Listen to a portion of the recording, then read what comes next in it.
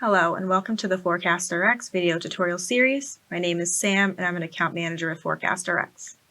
Today we're going to be discussing managing suppliers in RestockAMZ. First, you're going to want to navigate to Manage Company Suppliers, and then here you will see all of your previously entered suppliers for your regular ForecastRx account. And any shipments created in Amazon will also pull in your suppliers. Here you'll find your supplier name as well as your lead time, order interval, service level, and other information about each supplier.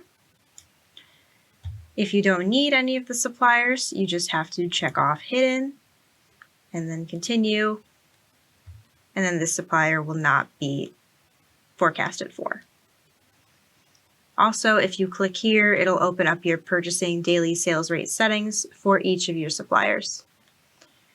If any of your suppliers are downloaded from an Amazon shipment, your lead time and service level will all be generated on the account level.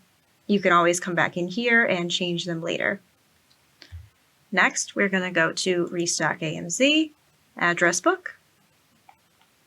And here you will find the addresses either you entered or were pulled from Amazon shipments. And they will automatically be associated with the supplier that is in the Manage Company section. You'll notice that these are in drop-down format because one supplier has the ability to have multiple addresses. This one is right here.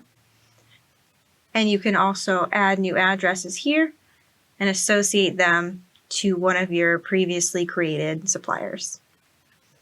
In the links section in address book, you will find the RestockAMZ daily sales rate settings, and this will only affect the RestockAMZ daily sales rate, whereas Managed Company, it'll only affect purchasing. And that is all for today on managing your suppliers in RestockAMZ. I hope this was helpful. See you next time.